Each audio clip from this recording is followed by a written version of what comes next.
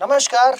मैं उम्मीद करता हूँ ठीक होंगे। आप लोगों ने ऑल इंडिया मॉक 7 दिया होगा। रीजनिंग के उन क्वेश्चंस को देखते हैं जिसमें आप थोड़े बहुत परेशान हुए होंगे। ठीक है, तो देखिए पहला सवाल आपको कुछ ऐसा दिया गया था कि इसको हमें डिक्शनरी में अरेंज करना है और मैंने बहुत बार बार आपको कहा है कि ऐसे सवालों का बेस्ट पार्ट है कि आप ऑप्शन को परखना शुरू कीजिए। 3-4 1-2 3-4 और 3-1 मतलब चांसेस हैं कि ए और सी में से आंसर होगा। I am not very sure, लेकिन मैं ये चेक ही करूंगा, लेकिन मैं पहले ए और सी को चेक करूंगा।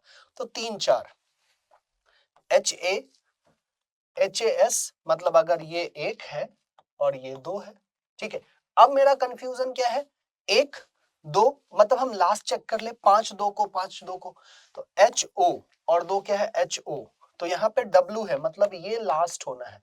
लास्ट में 5 चाहिए, राइट आंसर सी, बात खत्म। ठीक है, अगला सवाल देखिए, यहाँ पे हमें लॉजिकल एंड मीनिंगफुल ऑर्डर को अरेंज करना है। इस सवाल को भी ऑप्शन से करें तो बेटर होता है। 5-2-1-3 5-3 5-3 मेरे चांसेस हैं सी डी में से आंसर होगा। I am not very sure, ठीक है, चांस में ले रहा हूं।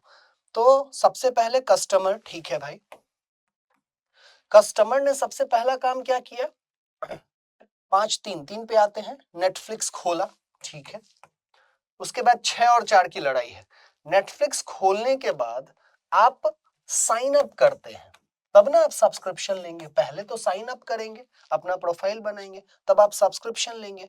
तो मतलब राइट आंसर सी के साथ जाएंगे। ओके है, ऑड पेयर ढूंढना है 14 और 200। ठीक है, 14 का स्क्वायर 196 होता है, स्क्वायर प्लस 4, 17 का स्क्वायर प्लस 4, 23 का स्क्वायर 529 प्लस 4, और यहाँ पे प्रॉब्लम है, 15 का स्क्वायर 225 होता है। Right answer will B D. हमें यहाँ पे कौन सा पार्ट एम्बेडेड है इस पे ढूंढना है। ठीक है, एम्बेडेड वाला पार्ट पहला हो नहीं सकता, सी राइट आंसर है, ज्यादा हमें टेंशन लेने की आवश्यकता नहीं है। ओके, नेक्स्ट पार्ट हमें क्या करना है, फिर से हिडन एम्बेडेड। ऐसे क्वेश्चंस की संभावना नॉन वर्बल रेलवे का फेवरेट सा हिस्सा है। ठीक है, तो आपको ये पार्ट ढूंढना है कि कौन से ऑप्शन में रोटेशन के बारे में कुछ नहीं, आप चाहे तो रोटेट कर सकते हैं, लेकिन पहले मैं कोशिश करूंगा कि बिना रोटेट किए मैं ढूंढूं। मुझे अगर मैं सी पे फोकस करता हूं तो ये हिस्सा कुछ यहाँ है, ऐसा है, और मैं एक बार मार्कर चेंज करके आपको दिखाऊं। ठीक है, राइट आंसर सी। अब देखिए सी, नहीं ये सी ज्यादा बेटर नहीं लग रहा है, सी बेटर नहीं लग रहा है। आपको अगर ये पार्ट अब अगर आप देखते हैं ऐसे, नहीं, ठीक है, कोई बात नहीं।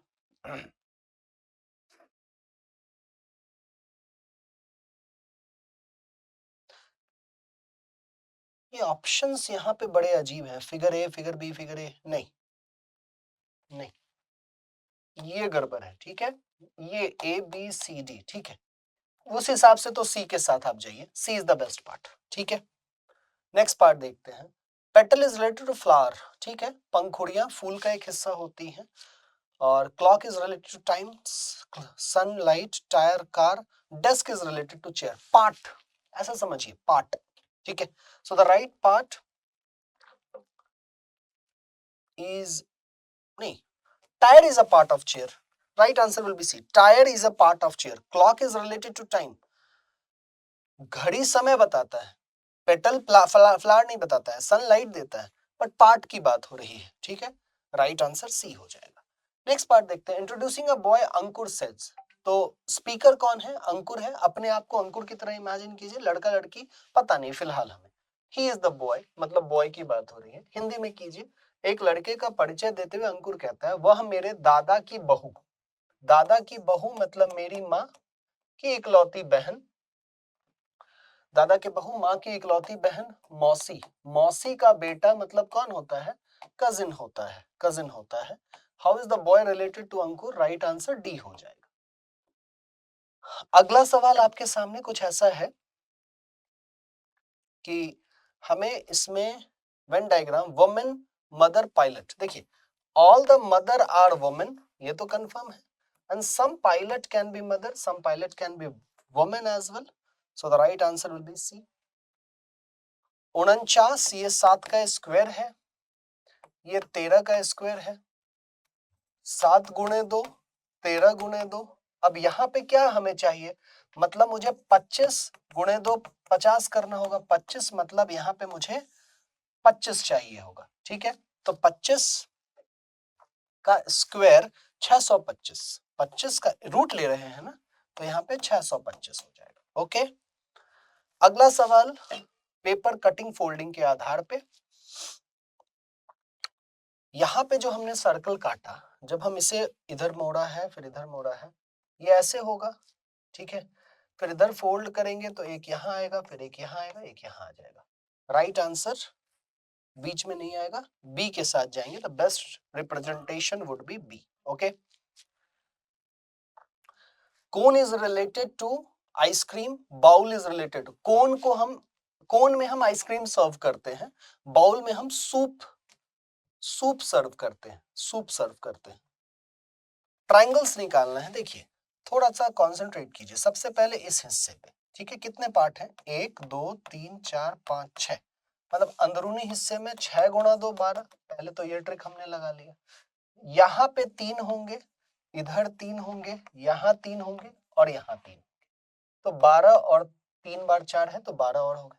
कॉम्बिनेशंस पे बात करते हैं। ऊपर वाला हिस्से कंबाइन होके कुछ नया नहीं दे रहा है, लेकिन ये 1, वैसे ही नीचे 2, ये 3 और 4 और हो गए, ठीक है। This will lead us to 28, इसमें 28 होंगे, ठीक है। ट्रायंगल से निकालना है ना, बिल्कुल ट्रायंगल से निकालना है।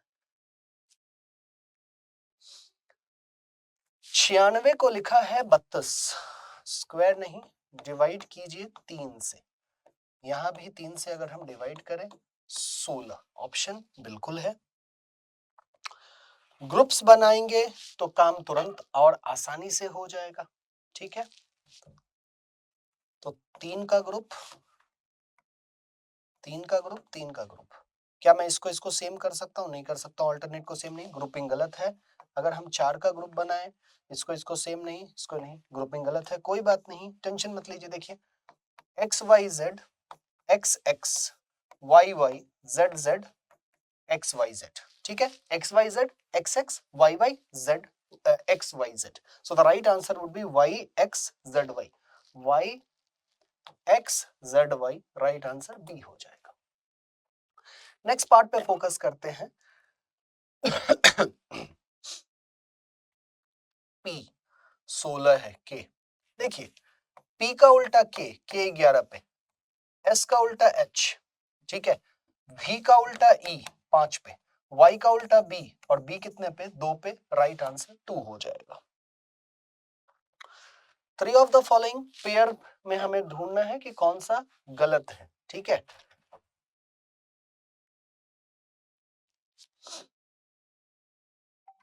सात का स्क्वायर है तो इसको जोड़ दीजिए, 7 मिलेगा। 6 का स्क्वायर, ये सही है, ये गलत है, क्योंकि 11 का स्क्वायर और 11 का स्क्वायर 121 होता है, ठीक है। पार्लर, लॉयर, पेंटर और ग्रॉसर, ठीक है। सो लॉयर, पेंटर और ग्रॉसर प्रोफेशंस है, लेकिन पार्लर एक प्लेस है। बॉड मास पे बेस्ड है। यहां पे आपको एक एक करके विकल्प ही चेक करना है। There is no short trick, मैं अक्सर कहता हूं, और ऐसे क्वेश्चन निश्चित रूप से आपको मिलेंगे। So please check the options. If Smriti is daughter of the wife of only son of father of Payal's father, how is Smriti related to Payal? ठीक है, हो जाएगा। यदि स्मृति पायल के पिता की इकलौती बेटी है, देखिए, if Smriti is daughter of wife of only son of Payal, father of Payal's father, तो कहीं पायल है, फादर ऑफ पायल्स फादर, यहां पे आ गए 2 सीढ़ी ऊपर, मतलब दादा है। Only son, Smriti is daughter of the wife of only son of father of piles father. अब देखिए, तो फादर ऑफ पायल्स फादर, ये हमने ड्रॉ कर लिया। बैक ट्रैकिंग कीजिए। ओनली सन मतलब हम इसकी बात कर रहे हैं, हम इसकी वाइफ यहां हो गई, स्मृति उनकी बेटी है, यहां भी हो गया। How Smriti related to Payal? Smriti grandfather has no grandson, तो ये दोनों कौन होंगी? सिस्टर्स हो जाएंगे, ठीक है, सिबलिंग्स हैं। नेक्स्ट क्वेश्चन में फिर से आप पेयर बनाएंगे,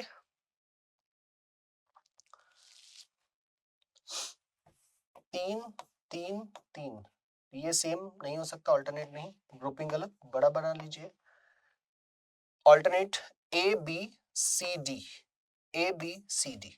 अब यहाँ पे ऑप्शन देख लेंगे, वैसा विकल्प जो एडी से शुरू हो, और एक दो ऐसे विकल्प हैं, ये गया और ये गया, तो मुझे जिसके लास्ट में सी हो, लास्ट में सी यहाँ है, तो अकॉर्डिंग टू ऑप्शन हम यहाँ बी फिक्स कर देंगे, हेट्रोजीनियस सीरीज बनाया है। -2 ये 28 है और ये 25 है, -3 यहाँ 2 3, तो ठीक है, -2 4 और 2, ठीक है, और फिर -3, तो -2, तो फिर से हम -2 को एक्सपेक्ट करेंगे, 25 - 2 23, 23 पे होता है डब्ल्यू, नहीं है कोई टेंशन नहीं, तो -2 -3, तो फिर यहाँ पे क्या आ जाएगा, -4, 25 - 4 21, 21 पे कौन होता है, यू, और मेरे पास एक ही विकल्प है, तो बाकी हमें चेक करने की जरूरत नहीं। अब यहां से शुरू नहीं करके यहां से शुरू कीजिए, इसको 28 ले लीजिए, इसको 23 ले लीजिए, मतलब है ही -5, और ये देखिए इसको 27 ले लीजिए, +4, -5 28 23 और +4, ठीक है। अब यहाँ पे देखिए ये 3 है या 29 है, अब यहां से यहां और यहां से यहां, +4 -5, तो यहाँ +6 और यहाँ -7, अब एक सीक्वेंस मिला, -7 +6 -5 +4, आपको ये सीक्वेंस स्टेबल करना है, ठीक है, बस इतना सा काम रहेगा आपका। तो अब आप ऑप्शन को पिक कीजिए, 23 - 7 22, 22 पे कौन होता है, भी, तो कुछ एलिमिनेट, बिल्कुल ये दो ऑप्शन से एलिमिनेट हो गए। मैं दूसरा पहलू चेक नहीं करूंगा क्योंकि दोनों ही पे जेड है, मैं लास्ट चेक कर लेता हूं, मेरा काम तुरंत हो जाएगा। अब देखिए डी से वाई, ये 4 है, या फिर हम इसको 30 भी ले सकते हैं, और ये 25 है तो -5 हो रहा है, और ये 25 से ये 29 है, +4 हो रहा है, तो सेम प्रोसेस यहाँ पे भी -7, तो ये 5 है या 31 है, 31 - 7, लास्ट में हम लोग 31 - 7 24 होता है, 24 पे क्या होता है, x, तो लास्ट में हमें x चाहिए, right answer D. Okay, deliberation, deliberation का अर्थ नहीं ढूंढना है, ये NOI, जस्ट इसको रिवर्स लिख दिया है, ठीक है, तो YTIMR, YTIMR, right answer C. Country prime minister, country के एक प्रकार से क्या आप हेड कह सकते हैं, और स्टेट के जो होते हैं वो मुख्यमंत्री, चीफ मिनिस्टर होते हैं। क्राई को लिखा है 230, कैसे लिख सकते हैं, 3 18 और 25 गुणा करें, 75, 75 गुने 18 से नहीं होगा, सबको जोड़िए, 21 46, 46 गुने 5 कर दीजिए, हो गया, हो रहा है, वेरीफाई करना चाहें तो कर सकते हैं, 19 + 15 34, 1 35, 35 और 18 53 गुने 5, वहां भी 5 यहाँ भी 5, नंबर ऑफ लेटर्स पे भी हो सकता था, यहाँ 3 का भी मल्टीप्लिकेशन, तो अगर यहाँ 3 का मल्टीप्लिकेशन तो यहाँ 4 का नंबर ऑफ लेटर्स, बट यहाँ 5 है, बिल्कुल ठीक है, तो 4 + 9 13 + 11 24 और 5 कितना होता है, 29, 29 गुने 5 145, right answer A. So this was the discussion. I hope you enjoyed. चीजें क्लियर थी, कोई समस्या वाली बात नहीं होगी। हेलो नमस्कार बच्चों, एक बार फिर से आप सबका स्वागत है आज के मॉक के एनालिसिस में। देखो अभी तक आप लोग मॉक सारे लगा चुके हो और ये हमारा फाइनली अंतिम मॉक है जो आप लोगों को मिल रहा है, और इस मॉक से ऑलमोस्ट आप लोगों को अब तक काफी अंदाजा लग चुका होगा कि आप किस तरीके का, एटलीस्ट किस तरीके से एग्जाम अटेंड कर रहे हो, ये तो आपको पता चल ही गया होगा। एग्जाम अटेंड करने से के साथ साथ आपको एक अंदाजा लग गया होगा कि पेपर का पैटर्न किस तरह का रहेगा, क्वेश्चंस किस तरह से रहेंगे, और यहाँ पर जो हम क्वेश्चंस करवा रहे हैं उनकी लगातार आपको प्रैक्टिस भी हो रही होगी। तो फाइनली बात करते हैं हम लोग आज के क्वेश्चंस को लेकर। तो सबसे पहला क्वेश्चन हमारे सामने आता है, भारत के प्रधानमंत्री द्वारा भारत के सर्वोच्च न्यायालय के हीरक दिवस, हीरक दिवस मतलब कि बात हो रही है यहाँ पर किसके बारे में, गोल्डन जुबली के बारे में, ठीक है, सॉरी डायमंड जुबली के बारे में, ठीक है, किसके बारे में, डायमंड जुबली के बारे में। समारोह का उद्घाटन कब किया गया था? अब देखो ये जो क्वेश्चन है ये करंट अफेयर से इन्फ्लुएंस्ड है और इस साल का जितना भी करंट अफेयर है वो आपके लिए इंपॉर्टेंट है। आप पूरा का पूरा करंट अफेयर कवर करके जाइए, पढ़ के जाइए, तो आपको ये सारे आंसर्स यहाँ पे पता होने चाहिए। सबसे पहले अगर हम लोग बात करें प्रधानमंत्री जी के द्वारा यहाँ पर सुप्रीम कोर्ट के बारे में बात हुई, तो सुप्रीम कोर्ट के बारे में बात हो रही, राइट आंसर क्या होगा आपका? 28 जनवरी 2024, क्योंकि इसी दिन सुप्रीम कोर्ट को पूर्ण रूप से क्या किया गया था? स्थापित किया गया था आफ्टर द इंडिपेंडेंस, स्वतंत्रता के बाद। इसके बाद स्वतंत्रता के बाद क्या किया गया था? दोबारा एक तरह से रीस्टेब्लिश किया गया था, है ना? तो उसी के बारे में बात हो रही है और ये कब किया गया था? 1950 में किया गया था। कब किया गया था? 1950 में किया गया था। तो ये चीज आपको पता होनी चाहिए। नेक्स्ट क्वेश्चन की तरफ बढ़ते हैं हम लोग अपने। राज्य समूह जिसमें मणिपुर की सीमा लगती है, मणिपुर की सीमा लगती है, बॉर्डर लगता है मणिपुर का। अब अगर आपको नॉर्थ ईस्ट का मैप पता है तो कुछ इस तरीके से मैप आपका बना होता है ना?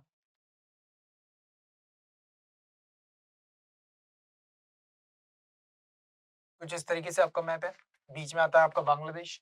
अब देखो, नो डाउट आज के टाइम पर न्यूज में बांग्लादेश और ये सब चीजें बहुत ज्यादा न्यूज में है, मणिपुर भी बहुत ज्यादा न्यूज में रहता है, ठीक है? तो आपसे हो सकता है इस तरह की चीजें पूछ ले।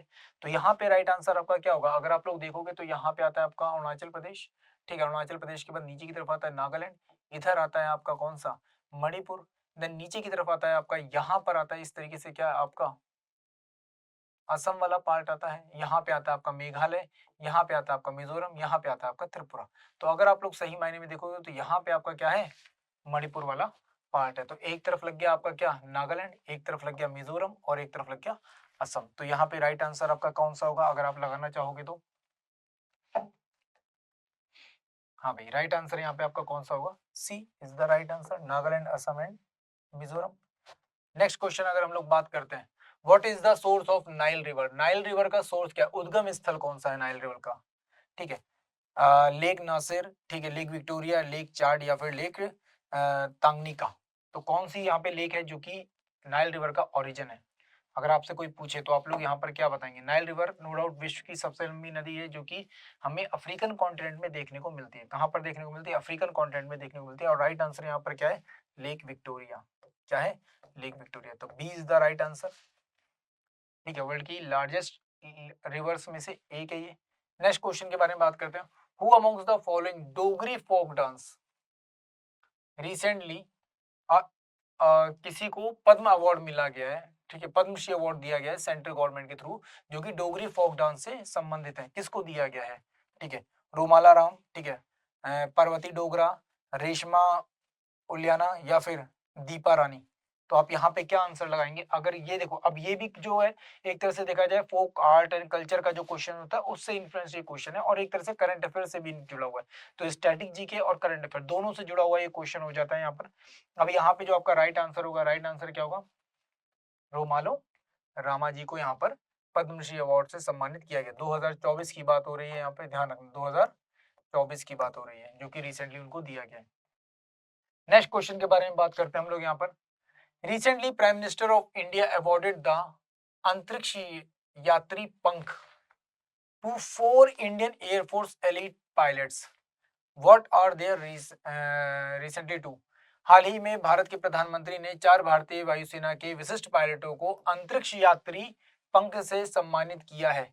किससे संबंधित है? गगनयान मिशन से संबंधित है, चंद्रयान सेकंड से, चंद्रयान 1 से या फिर मंगल मिशन से संबंधित है ये लोग? हाँ भाई, किससे संबंधित है ये लोग?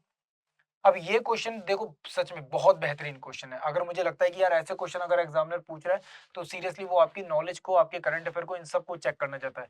एक तरह से देखा जाए क्वेश्चन साइंस टेक्स से भी जुड़ा हुआ है, ये क्वेश्चन करंट अफेयर से भी जुड़ा हुआ है। अब यहाँ पे आपका राइट आंसर क्या होगा? एक है बालकृष्ण नायर जी हैं, एक कौन है? बालकृष्ण नायर जी हैं। दूसरे कौन है? अंगद प्रताप जी हैं। एक है सुखवीर शुक्ला जी हैं। तो ये मेन एक पर्सन का मुझे नाम याद नहीं आ रहा। तो ये तीन चार चार लोग हैं, मुझे तीन का नाम याद आ रहा है। बट यहाँ पे राइट आंसर अगर हम लोग बात करेंगे तो राइट आंसर क्या है? गगनयान मिशन। राइट आंसर क्या है? A, Gaganyaan mission is the right answer. क्या है राइट आंसर? गगनयान मिशन है। तो ध्यान रखिएगा। Next question, who was the prime minister of Britain when quit India movement started in 1942? 1942 में जब क्विट इंडिया मूवमेंट की शुरुआत की गई थी तो उस समय ब्रिटेन का प्रधानमंत्री कौन था? ब्रिटेन का प्रधानमंत्री कौन था? देखो 1942 की बात कर रहा है, क्विट इंडिया मूवमेंट के बारे में बात कर रहा है। अब यहाँ पे राइट आंसर आप क्या लगाएंगे? देखो एक बहुत इंपॉर्टेंट पर्सन जिसके लिए कहा जाता था क्या, जिसकी वजह से मैन मेड फेमाइन इंडिया में आए, ठीक है, चाहे भले ही उसे वेस्टर्न वर्ल्ड कितना ही बड़ा हीरो दिखाए, पर अगर हम लोग बाकी जो जितने भी ऐसे देश थे जो कि स्लेव थे, अगर उनके बारे में बात करें, इंडिया के बारे में बात करें, अदर कंट्रीज के बारे में बात करें, तो वो कहीं ना कहीं उस व्यक्ति को राक्षस के नजर से देखते हैं। And he was western Churchill. कौन था? Western Churchill. ये तो कभी इंडिया को इंडिपेंडेंस देना ही नहीं चाहता था, देना ही नहीं चाहता था ये, बट मजबूरी थी कि देना पड़ा। Next question, Lai Haraoba festival related to which state? Lai Haraoba उत्सव किस राज्य से संबंधित है? मणिपुर, मिजोरम, असम या मेघालय? मणिपुर, मिजोरम, असम या मेघालय? क्या होगा यहाँ पे आपका राइट आंसर? हाँ भाई, राइट आंसर आपका क्या होगा? The right answer is Manipur. क्या है? एक फेस्टिवल है वहां का। अब फेयर एंड फेस्टिवल से भी क्वेश्चन बनता है, एक आधा क्वेश्चन 100% आएगा, तो आपको ये चीजें पता होनी चाहिए। एंड अगर आपने ये चीजें नहीं पढ़ी है तो यूट्यूब पर हमारी पूरी की पूरी सीरीज पड़ी हुई है स्टैटिक जीके की, मैंने खुद ही वहां पे सारे के सारे टॉपिक्स कवर किए हैं, हर राज्य से संबंधित जो भी इंफॉर्मेशन थी वो सब कवर किए हैं। प्लीज उसको जरूर जाकर देखना ताकि आपको और ज्यादा बेनिफिट मिल सके। Next question, who enhance the 44th amendment act 1978 of constitution? देखो 44वां जो संविधान संशोधन था उसके बारे में बात कर रहा है, किसके समय पर आया था? बहुजन समाजवादी पार्टी, राष्ट्रीय कांग्रेस पार्टी, जनता पार्टी या फिर तृणमूल कांग्रेस? किसकी समय पर ये आया था आपको ये बताना है। अगर यहाँ पे सही आंसर देखा जाए तो देखो कांग्रेस के टाइम पर एक आया था, कौन सा? 42nd अमेंडमेंट, है ना।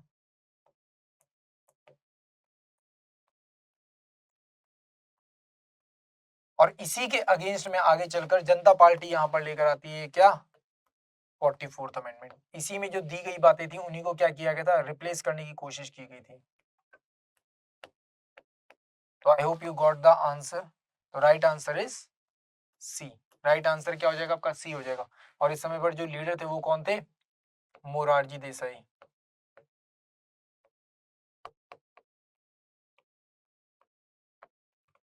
कौन थे? मोरारजी देसाई। नेक्स्ट क्वेश्चन की तरफ बढ़ते हैं। Indravati river flow through the Indravati tiger reserve in Chhattisgarh is a tributary of Chhattisgarh में इंद्रावती टाइगर रिजर्व में बहने वाली इंद्रावती नदी डैश की सहायक नदी है? डैश की सहायक नदी है। किसकी सहायक नदी है अगर हम लोग बात करें तो? गोदावरी, कृष्णा, गंगा या महानदी? हाँ भाई, अगर आपसे यहाँ पर पूछेगा क्वेश्चन तो आप इसका क्या आंसर देंगे? देखो अब यहाँ पर सीधे सीधे आपको दो चार हिंट दे दिए हैं, छत्तीसगढ़ से निकल रही है, टाइगर रिजर्व बता दिए, सब कुछ बता दिया, बट एट लास्ट पूछ तो इंद्रावती ही रहा है ना। इंद्रावती एक बहुत बड़ी सहायक नदी है, किसकी? गोदावरी की। किसकी? गोदावरी की। छत्तीसगढ़ से निकलती है एंड गोदावरी में जाकर क्या होती है? मिलती है, नॉर्थ टू साउथ क्या करती है? फ्लो करती है। नेक्स्ट क्वेश्चन की तरफ बढ़ते हैं। The goal of Gandhi's movement of to boycott foreign goods was? Gandhi ji के आंदोलन का लक्ष्य विदेशी वस्तुओं का बहिष्कार था। कौन से आंदोलन का लक्ष्य विदेशी वस्तुओं का बहिष्कार था? मतलब उसका मेन ऑब्जेक्टिव क्या था? Complete freedom, create a anti British sentiment, promote the welfare state या encourage the cottage industry? Main objective क्या था गांधी जी का यहाँ पर, ये आपको बताना है कि आखिर वो जो बहिष्कार आंदोलन चला रहे थे, बाइकआउट मूवमेंट चला रहे थे, उसके पीछे मेन ऑब्जेक्टिव था क्या? मुख्य उद्देश्य क्या था? देखो कई बार यहाँ पे हमको लगता है नहीं नहीं सर ये बहिष्कार आंदोलन या ये जो चलाया गया था ये तो एक्चुअल में भारत में सेल्फ रिलायंस के लिए चलाया गया था, है ना, आत्मनिर्भर बनाने के लिए चलाया गया था। तो 100% कुटीर उद्योगों का नहीं। वो बात सही है कि कुटीर उद्योगों के लिए उन्होंने इस चीज के लिए कहा था, कहीं ना कहीं इससे एंटी ब्रिटिश सेंटिमेंट भी पैदा हो रहे थे, पर एक तरह से देखा जाए आया तो ये कहीं ना कहीं फ्रीडम के लिए ही था। शुरुआत तो इसी के लिए की थी कि भाई भारत को आजादी दिलवानी है, शुरुआत तो इसी की चीज के लिए की गई थी। तो राइट आंसर आपका क्या होगा? ए होगा। इसके साथ जुड़ी हुई चीजें थी कि भाई अगर हम लोग अंग्रेजों को आर्थिक रूप से कमजोर कर देंगे, उनकी इंडस्ट्रीज, उनकी वस्तुओं को इस्तेमाल करना बंद कर देंगे, ये व्यापारिक रूप से आए थे और इनके व्यापार को ही अगर हम खत्म कर देंगे तो 100% है कि हम लोग क्या करेंगे? अपनी आजादी अपने हाथ में ले लेंगे। तो मेन जो पर्पस था वो तो यहाँ पर आपका क्या था? आजादी था। Who offend the data of the CPI release? भाई जो उपभोक्ता मूल्य सूचकांक कंज्यूमर प्राइस इंडेक्स होता है, उसका डेटा कितनी बार जारी किया जाता है, कब कब जारी किया जाता है, डेली बेसिस पर, एवरी ईयर, एवरी मंथ या फिर एवरी वीक। अगर आपसे कोई पूछेगा तो आप यहाँ पे क्या आंसर करेंगे इसका?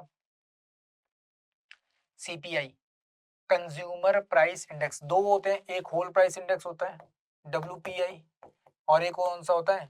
सीपीआई होता है। आज के टाइम पर हम लोग जिसको यूज करें वो कौन सा यूज करें? सीपीआई यूज करें, क्योंकि बहुत ज्यादा बेहतर एक्यूरेसी के साथ ये क्या करता है? डेटा प्रेजेंट करता है। तो राइट आंसर यहाँ पे क्या है? हर महीने इसको काउंट किया जाता है। जबकि जो डब्ल्यूपीआई होता था ये थोक मूल्य पर होता था। किस पर होता था? थोक मूल्य पर होता था। तो ये एक्चुअल में प्रैक्टिकल है भी नहीं भाई। महंगाई तो तभी पता चलेगी जिस प्राइस पर आप खरीदोगे, कस्टमर जिस प्राइस पे खरीदेगा उसी से तो महंगाई पता चलेगी। थोक मूल्य पे कैसे पता चल सकती है कि दुकानदारों को किस हिसाब से मिला है? ऐसा तो नहीं हो सकता।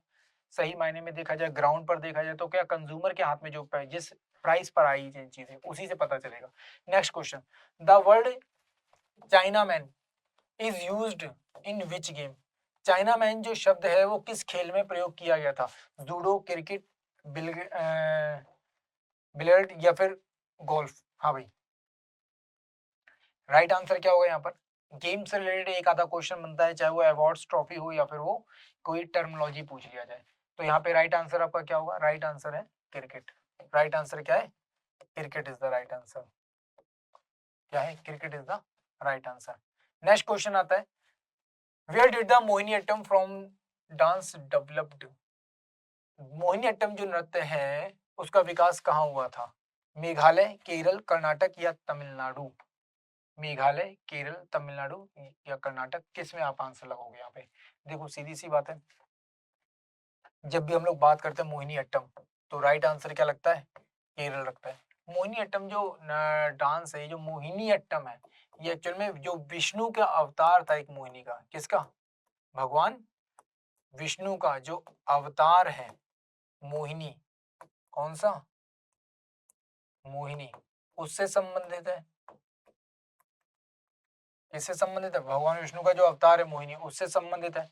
और ये कहाँ से? केरल से बिलोंग करता है। कहाँ से बिलोंग करता है? केरल से बिलोंग करता है। ठीक। नेक्स्ट क्वेश्चन है, आप plant commonly found in a tropical rain forest?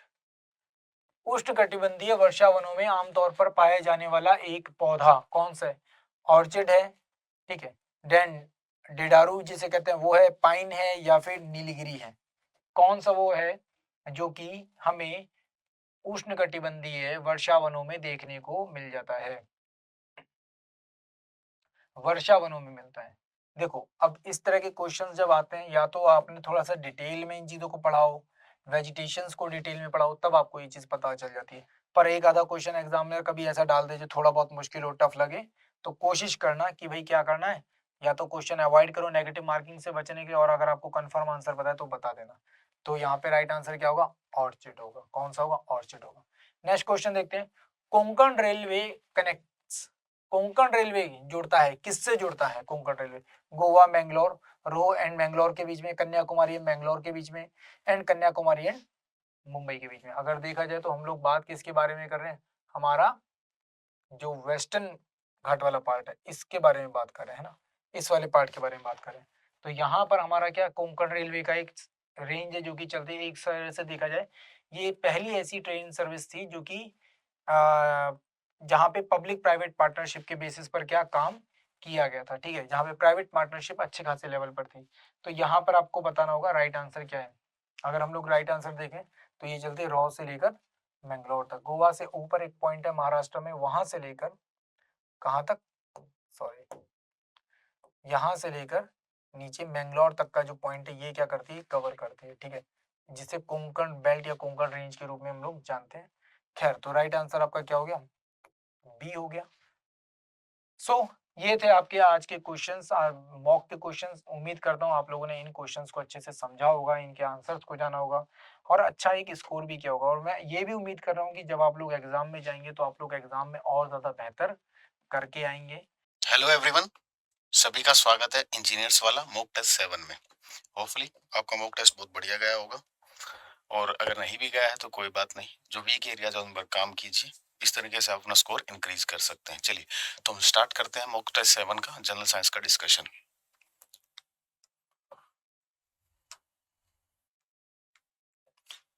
पहला क्वेश्चन है विच of the following sales is found only in animal cells. इनमें से ये कौन सी है जो सिर्फ एनिमल सेल के अंदर मिलती है? Lysosome, Golgi bodies, centrosome, ribosome. तो एनिमल सेल में क्या मिलता है? सिर्फ इनमें से लाइसोसोम। क्या मिलता है? Lysosome. Which of the following stores starch, proteins and oil granules in a plant cell. ये सारी कहानी प्लांट सेल के अंदर कौन स्टोर करता है? Leucoplast. Protoplast, chromoplast, leucoplast, chloroplast. क्या करता है भाई? ल्यूकोप्लास्ट। किसमें मिलता है सब? ल्यूकोप्लास्ट में। Which cell is called master of the cell. सभी सेल का मास्टर कौन कहलाता है? न्यूक्लियस कहलाता है। क्या कहलाता है? न्यूक्लियस कहलाता है। Endoplasmic reticulum, mitochondria, nucleus, nucleolus, sorry nucleus, nucleolus और ये न्यूक्लियस। तो कौन है सारे मास्टर का? न्यूक्लियस। मास्टर कौन है? Nucleus.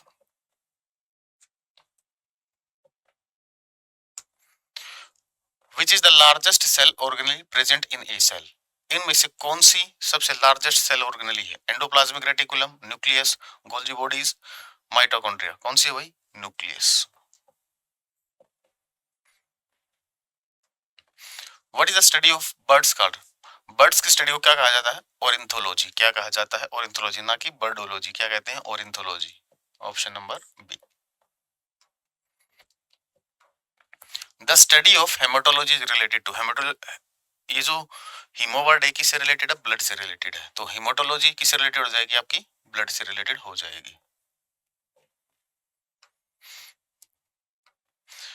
What is morphology? Morphology क्या होता है? मोर्फोलॉजी में हम क्या स्टडी करते हैं भाई? ऑर्गेनिज्म की शेप को, स्ट्रक्चर को।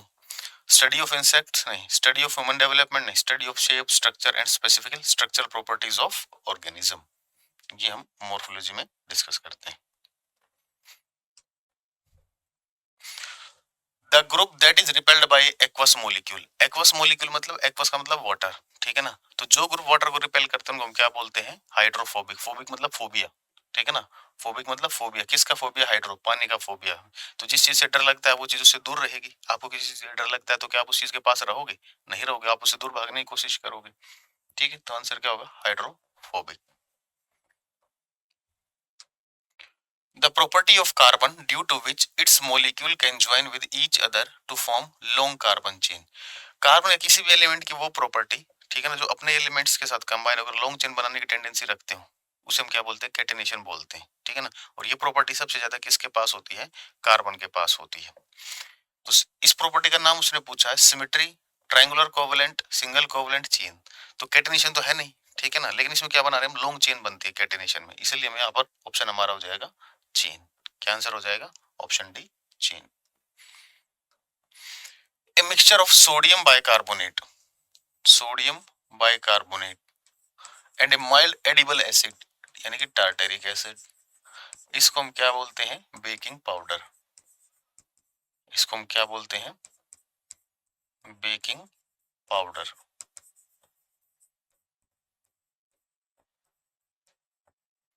तो baking soda, bleaching powder, baking powder,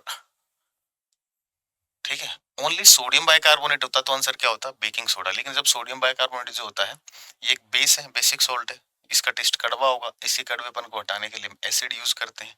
इस कॉम्बिनेशन को बोला जाता है बेकिंग पाउडर। ओनली अगर सोडियम बाइकार्बोनेट को हम क्या बोलते हैं? बेकिंग सोडा बोलते हैं। Which of the following statements is are incorrect? Incorrect statement आपको पहचानना है। पहला स्टेटमेंट देखिए, oxides of metals are basic. Metal के ऑक्साइड बेसिक होते हैं, बिल्कुल सही है। And that of non metals are acidic. Non metal के कैसे होते हैं? एसिडिक होते हैं, बिल्कुल सही है। Oxides of metals are acidic, ये तो उसका रिवर्स हो गया, ठीक है ना। मेटल के ऑक्साइड एसिडिक थोड़ी होते हैं, बेसिक होते हैं, तो ये तो नहीं हो सकता। And that of non metal are basic in nature. और नॉन मेटल के कैसे होते हैं? एसिडिक होते हैं, तो ये स्टेटमेंट रॉन्ग हो गया। Non metals are electronegative in nature, बिल्कुल। नॉन मेटल्स क्या करते हैं? इलेक्ट्रॉन गेन करते हैं और इन पर कैसा चार्ज आता है? नेगेटिव आता है। और मेटल्स क्या होते हैं? इलेक्ट्रोपॉजिटिव होते हैं। तो ये भी सही है, ये भी सही है। उसने आपसे पूछा इनकरेक्ट। इनकरेक्ट स्टेटमेंट कौन सा? Only B. इनकरेक्ट स्टेटमेंट आपका कौन सा है? Only B. Predict the reactants for neutralization reaction where the products are lithium sulphate and water. Product क्या है आपका? Lithium sulphate plus water. और न्यूट्रलाइजेशन रिएक्शन उसने कहा है। तो न्यूट्रलाइजेशन रिएक्शन में क्या होता है? एसिड और बेस।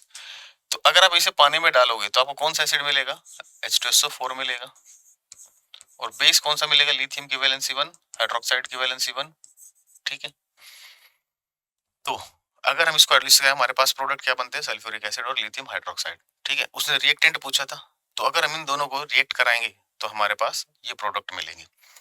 तो रिएक्टेंट का आंसर हमारा क्या हो जाएगा, सल्फ्यूरिक एसिड लिथियम हाइड्रोक्साइड। क्या हाइड्रोक्लोरिक एसिड है, नहीं, sulphuric acid plus lithium hydroxide, option number B. ठीक है,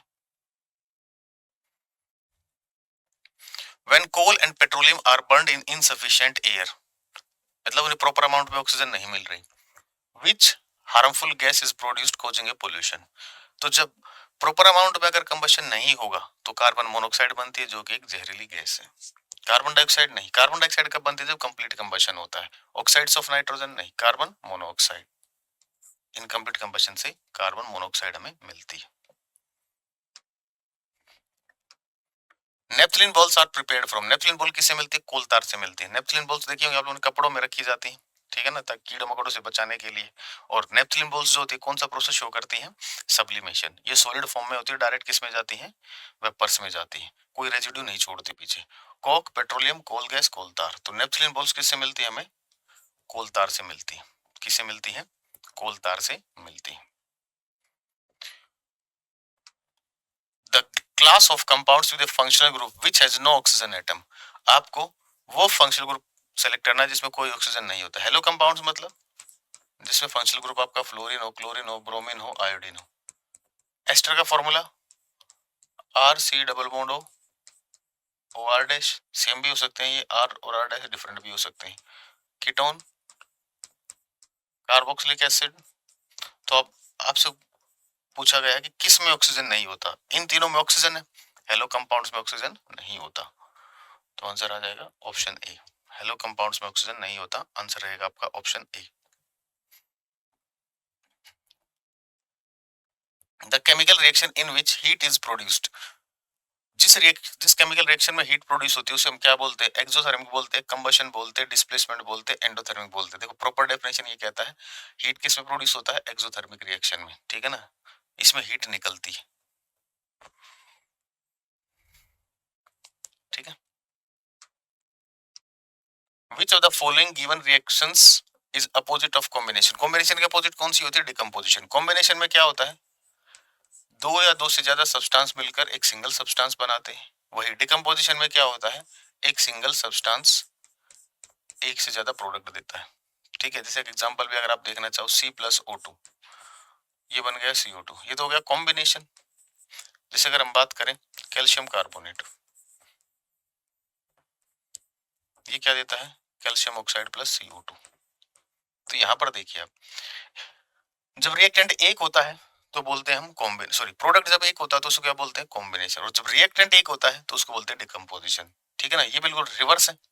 ठीक है, तो कॉम्बिनेशन का रिवर्स होता है डिकम्पोजिशन। कॉम्बिनेशन का रिवर्स क्या होता है आपका, decomposition. The magnitude of the magnetic field of a current carrying conductor increases with increase in, एक करंट कैरिंग कंडक्टर है, उसका मैग्नेटिक फील्ड कब इंक्रीज होता है, जब करंट की वैल्यू इंक्रीज होती है या फिर डिस्टेंस कम होता है। ठीक है, तो उससे आपने पूछा है करंट कैरिंग कंडक्टर इंक्रीज कराना है, तो इंक्रीज कराने के तरीके या तो I बढ़ जाए या R कम हो जाए, डिस्टेंस कम हो जाए।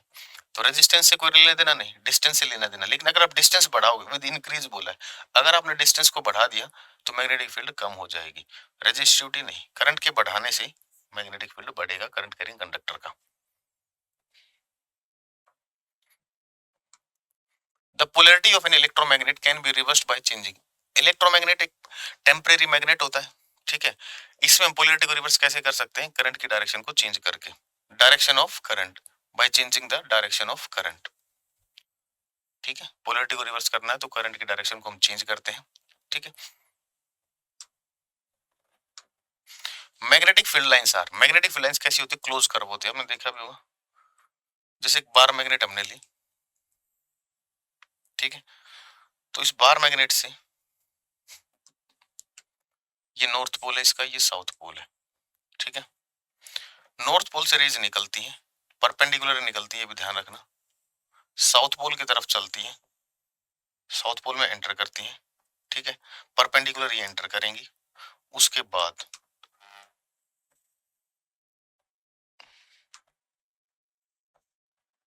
ठीक है इस तरीके से, तो ये इसका डायरेक्शन हो गया। तो ये कैसे कर्व है? क्लोज्ड कर्व है, ठीक है ना। देख रहे हो ये कर्व कैसा है आपका? क्लोज्ड कर्व है। तो मैग्नेटिक फील्ड लाइंस कैसी होती है? क्लोज्ड कर्व होती है। Two resistors each of 10 ohm are connected in parallel. दो रजिस्टर है 10 ओम के, पैरेलल में कनेक्टेड है।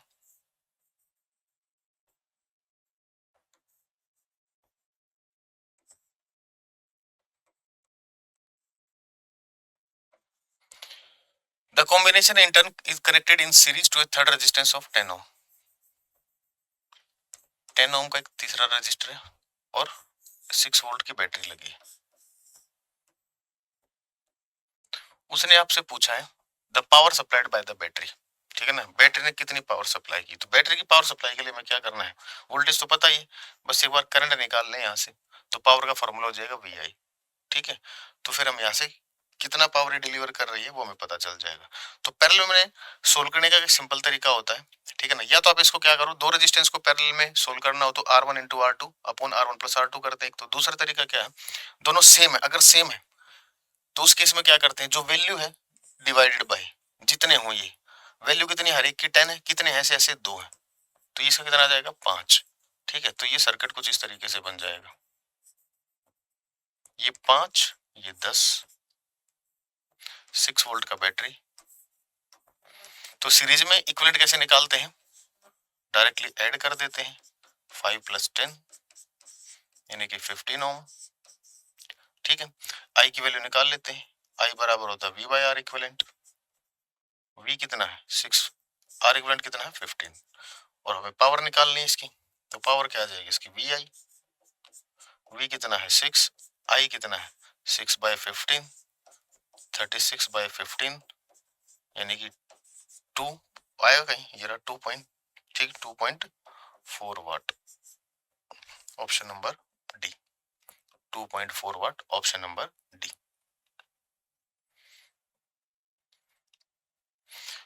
A bulb draws a power 36 watt when connected to a 12 volt battery supply. If it is connected to a 6 volt supply, then power consumes will be, देखिए power कितनी दे रखी है, P1 की value दे रखी है भाई 36 वोल्ट, और वोल्टेज कितनी दे रखी है 12।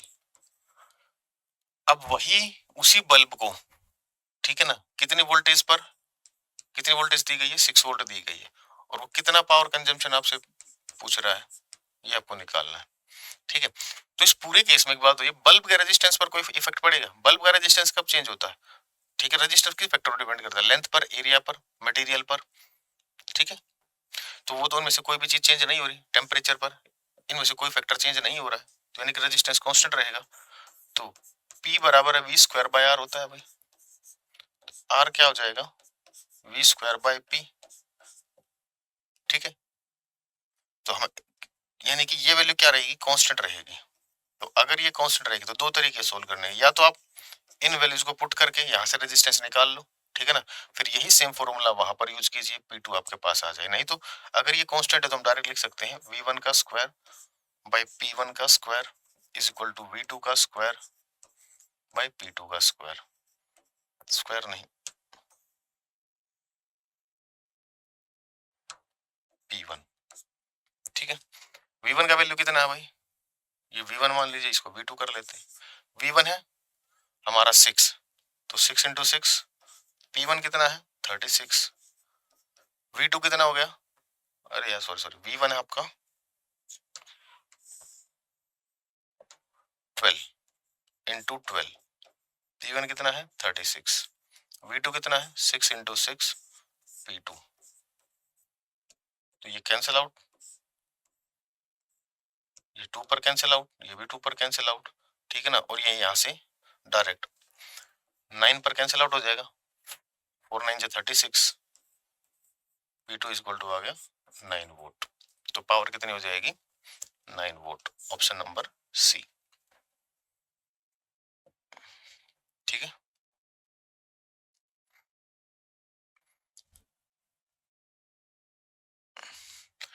boy focus a sharp image of a distant object on a screen using a lens.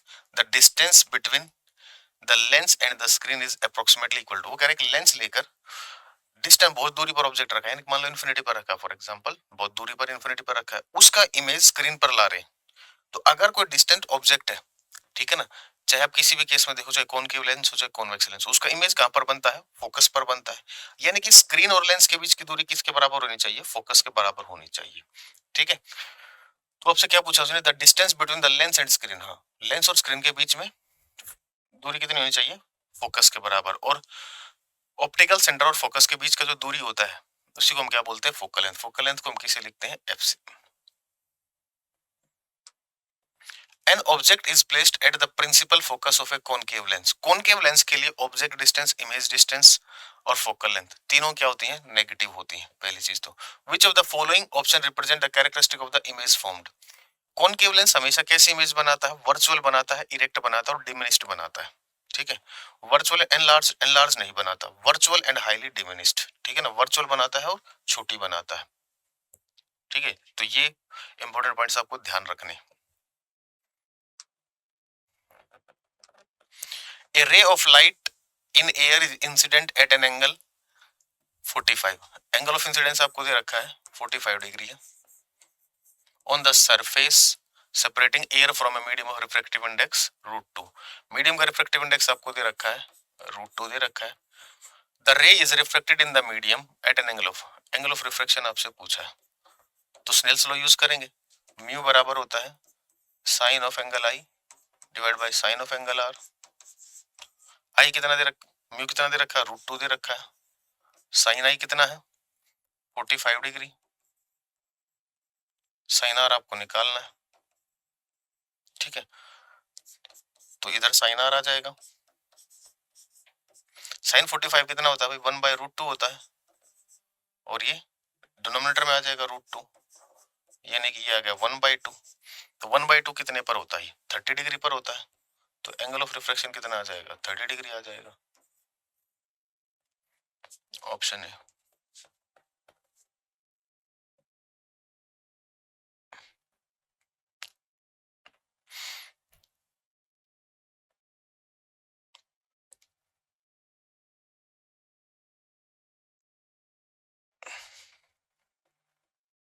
चलिए, when an object is placed at a distance of 60 centimetre from a concave lens, concave lens है 60 centimetre पर रखा है। मैंने बताया था अभी थोड़ी देर पहले, कॉनकेव लेंस में सारे डिस्टेंस नेगेटिव होते हैं। Focal length -30 centimetre. मैग्निफिकेशन निकालना है, मैग्निफिकेशन का फॉर्मूला है V/U, यानी कि आपको पहले V निकालना पड़ेगा। लेंस फॉर्मूला यूज करें, 1/f बराबर 1/v माइनस 1/u। हमें क्या चाहिए? हमें चाहिए V, तो 1/v किसके बराबर आ जाएगा? 1/f प्लस 1/u, और V नेगेटिव में आएगा। ठीक है ना, ये भी पता चल जाएगा आपका कैलकुलेशन सही है। तो फोकल लेंथ -30, ये -60, एलसीएम कितना आ जाएगा भाई? 60 आ जाएगा। ये -2 और ये -1, तो -3/60 देख रहे हो, माइनस में आ रहा है, तो कितना आ जाएगा? -1/20। ये 1/v की वैल्यू आई है, तो यहां से v कितना हो जाएगा? -20 सेंटीमीटर। और मैग्निफिकेशन का फॉर्मूला V/U होता है। v कितना है? -20, u कितना है? -60, 1/3। ये भी देखिए, कॉनकेव लेंस हमेशा क्या करता है? देखो ये तो आप वैसे भी बता सकते थे, इतना कैलकुलेशन करने की जरूरत नहीं थी, तो आपको समझाने के लिए डिस्कशन है, नहीं तो आप डायरेक्ट कर सकते थे। देखो मैग्निफिकेशन का फॉर्मूला क्या होता है? V/U होता है। ये डिस्टेंस भी नेगेटिव होगा, ये डिस्टेंस भी नेगेटिव होगा, तो मैग्निफिकेशन पॉजिटिव आएगा। वैसे भी वर्चुअल इमेज के लिए, वर्चुअल इमेज के लिए अगर वर्चुअल इमेज है हम बात करें, तो इसका मैग्निफिकेशन कैसा होता है? पॉजिटिव होता है, पॉजिटिव होगा और <1 होगा। तो इसको देखते हुए ऑप्शन आप देखिए यहीं से हो जाएगा। ठीक है ना, <1 में 2 ऑप्शन है, और कैसा होगा? पॉजिटिव होगा। ठीक है, और एग्जैक्ट वैल्यू निकालनी तो देख लीजिए 0.33 हमारा मैग्निफिकेशन आया है। ठीक है ना, ये स्मार्ट वे है करने का, टाइम बचाने का। ठीक है ना, ये हार्ड वर्क। टाइम वेस्टिंग, ठीक है ना। ये तरीका कब आता है? प्रैक्टिस से आएगा, जब आपके माइंड में चीजें सेट हो जाएंगी। चीजें सेट कब होती है? जब आप ज्यादा प्रैक्टिस करते हो, ठीक है। If the magnification of an image is -0.65, then the nature of the image. अगर मैग्निफिकेशन नेगेटिव है तो कैसा इमेज होगा? रियल होगा। ये मैग्निफिकेशन 1 से लेस है, 1 से लेस है तो डिमिनिश्ड इमेज होगा, और रियल है तो इन्वर्टेड भी होगा, ठीक है ना। तो रियल इन्वर्टेड एंड एनलार्ज नहीं, real inverted and smaller, real inverted and smaller. Clear है?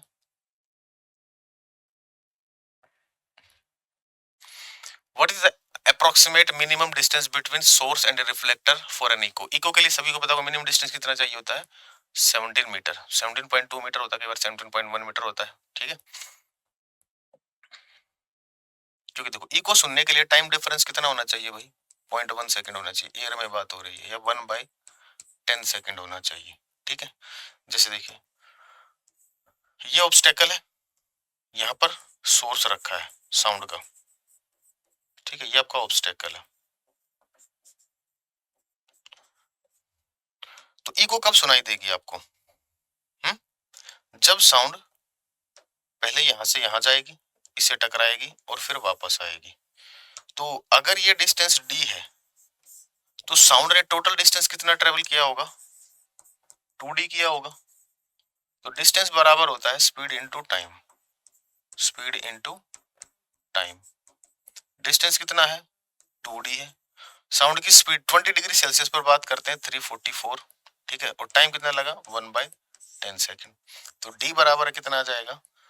344 2 इंटू 10, तो ये 7 2 10 यानी कि 17.2 मीटर। तो नियरेस्ट ऑप्शन कौन सा आपका? Option C 17 metre. तो इको सुनने के लिए कम से कम कितना टाइम डिफरेंस, सॉरी कितने डिस्टेंस पर ऑब्जेक्ट होना चाहिए? इतने पर तो होना ही चाहिए। इससे कम पर होगा तो इको नहीं सुनाई देगा, इससे ज्यादा पर होगा तो सुनाई देगा, लेकिन इससे कम पे नहीं सुनाई देगा। Calculate the wavelength of A sound wave that has a frequency 2, frequency आपको दे रखी है 200 हर्ट्ज और स्पीड दे रखी है, ऐसे लिख लेते हैं 400 मीटर पर सेकेंड। आपसे उसने वेवलेंथ पूछा है, क्या रिलेशन होता है? स्पीड बराबर होती है फ्रीक्वेंसी इंटू वेवलेंथ। स्पीड है 400, फ्रीक्वेंसी है 200, वेवलेंथ आपको निकालनी है, तो वेवलेंथ कितनी आ गई? 2 मीटर। ऐसा ही सिस्टम है। Option number D, option number D, ठीक है। विच of the following statement is true? The velocity of sound, देखो वेलोसिटी ऑफ साउंड जो होती है डायरेक्टली प्रोपोर्शनल होती है टेम्परेचर के। एक रिलेशन भी आपको पता होगा, वेलोसिटी ऑफ साउंड जो होती है उसका फॉर्मूला होता है 332 प्लस 0.61 टी।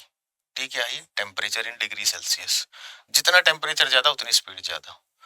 तो समर में टेम्परेचर ज्यादा होगा तो स्पीड ज्यादा होनी चाहिए, ये कह रहा लेस होती है, नहीं। Same in winter and summer, नहीं, दोनों में समर और विंटर में टेम्परेचर अलग अलग होता है, तो साउंड का स्पीड सेम नहीं हो सकता। Is not dependent on the weather, weather पर डिपेंड करती है। More in summer than winter, summer में टेम्परेचर ज्यादा है, टेम्परेचर ज्यादा होगा तो स्पीड ज्यादा होगी। क्लियर है?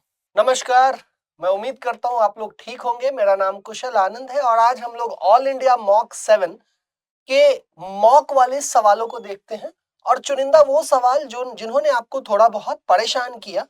I'll try my best to tell you the easiest way to solve a question. ठीक है, तो आइए डिस्कशन की शुरुआत करते हैं।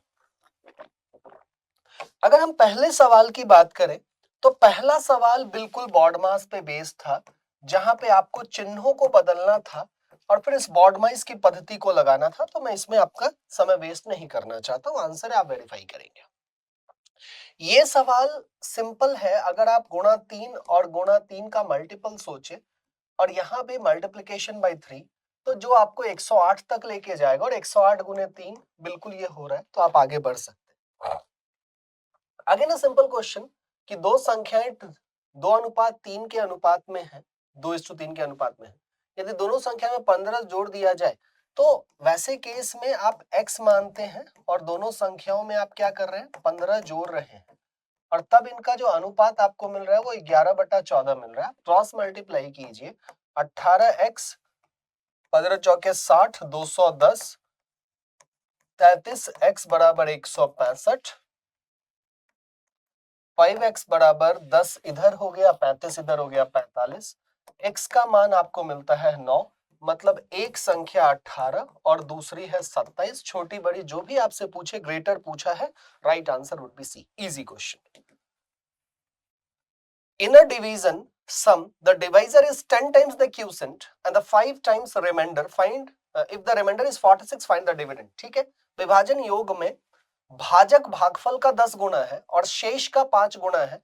यदि शेष 46 है, मतलब आपको रिमाइंडर की वैल्यू दे रखी है, शेष 46 है, तो लाभांश ज्ञात कीजिए। ठीक है, अब एक बात पकड़िए, रिमाइंडर क्या है, 46 दिया गया है, 5 times the remainder, divisor is 10 times the quotient and 5 times, मतलब डिवाइजर आप यहां से आसानी से निकाल सकते हैं, वो ये है कि 46 गुणे 5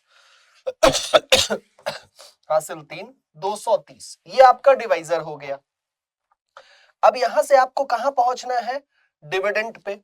डिविडेंड के बारे में क्या कहा गया है कि the divisor is 10 times the quotient, divisor जो है वो क्यूसेंट का 10 गुना है, तो यहां से हम क्यूसेंट निकाल सकते हैं 230 बटा 10, मतलब क्यूसेंट कितना है 23। तो हमें डिविडेंड निकालना है। ठीक है, डिविडेंड क्या होता है, डिविडेंड क्या होता है, मतलब लाभांश क्या होता है, divisor into quotient plus remainder. ठीक है, तो डिवाइजर क्या है 223, क्यूसेंट क्या है 23 और रिमाइंडर कितना है 46। अब आप इसको सॉल्व कीजिए, आपको उत्तर मिलेगा, कोई चिंता नहीं है। The difference between CI and SI for 3 year at rate 20%, तो 20% को हम यहीं पे 1/5 कर लेते हैं, पर एनम is 152, find the principal length. ठीक है, अब ऐसे सवालों में आप क्या कर सकते हैं कि डिफरेंस कह रहा है तो प्रिंसिपल 1 प्लस 20%, मतलब मैं सीधा सीधा 1/5 डायरेक्टली लिख रहा हूं। ठीक है, मैं उम्मीद करता हूं इसमें समस्या नहीं होगी। ठीक है, 3 वर्षों के लिए है -1 और इसका डिफरेंस कह रहा है, डिफरेंस कह रहा है कि 152 है सीआई, तो ये सीआई हो गया। एसआई क्या, प्रिंसिपल हमको पता नहीं कितना है, 3 वर्षों के लिए रेट कितना है 20/100, मैं चाहूं तो 1/5 डायरेक्टली कर लूंगा, इसकी वैल्यू क्या है 152, तो यहाँ पे इसको 5 बार आप उड़ा सकते हैं, यहाँ पे आप इसको 5 बार उड़ा सकते हैं। अब देखिए इसको आसान तरीके से सॉल्व कैसे करना है, आप इन दोनों से प्रिंसिपल को कॉमन ले लीजिए, यहां भी प्रिंसिपल है, यहां भी प्रिंसिपल है, तो आपने प्रिंसिपल कॉमन ले लिया। अब जब प्रिंसिपल कॉमन लिया तो ये 5 नीचे है, 6/5, इसका क्यूब -1 तो एज इट इज रहेगा ही, और माइनस इसमें क्या बचा है, p कॉमन ले लिया है आपने, तो 3/5, कुछ यहाँ पे ये शेष बचता है। क्या आप इस बात से सहमत हैं? ठीक है, अब इसको भी मैं एक काम करता हूं ना, सीधा सीधा 216/125 लिख ही देता हूं। ठीक है, अब यहां से प्रिंसिपल की वैल्यू निकालनी है, तो p 125 को आप एलसीएम लीजिए, 216 - 125 और यहाँ कितना 75 बराबर 152, तो P क्या हो जाएगा, ये 125 को उधर भेजिए, 152 गुणे 125 और इसमें से ये घटाइए 216 में से 200 गया 16। ठीक है, अब ये फुली डिविजिबल तो है नहीं, इसको सॉल्व कर लीजिएगा, आपको आपका उत्तर मिल जाएगा। ठीक है, अगला सवाल देखते हैं। एक मेडिकल चेकअप के दौरान एक कक्षा में 40 छात्र की ऊंचाई दर्ज की गई, जैसे कि निम्नलिखित तालिका, how many student have height of 165 centimetre और मोर।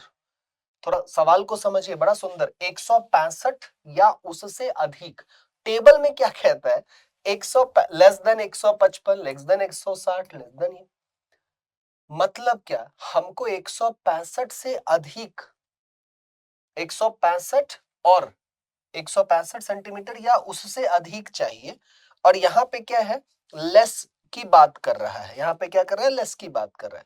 तो जरा एक बात आप सोचिए, आराम से सोचिए कि लेस देन 170 कितने हैं 35, फाइनल क्या है लेस देन 175 175 से कम कितने हैं 40 और लेस देन 165 कितने हैं 25। मतलब अगर आप इसमें से इसको घटा ले 40 में से अगर आप 25 को घटा ले तो आपको 15 आता है। और कौन लोग मिल रहे हैं जो जिनकी हाइट 165 से अधिक है या फिर 165 से अधिक 165 है या उससे अधिक है तो डायरेक्टली आप 15 पे पहुंच जाएंगे। ठीक है, अगला सवाल 0 है तो क्यूब -1, 2 का cube -1।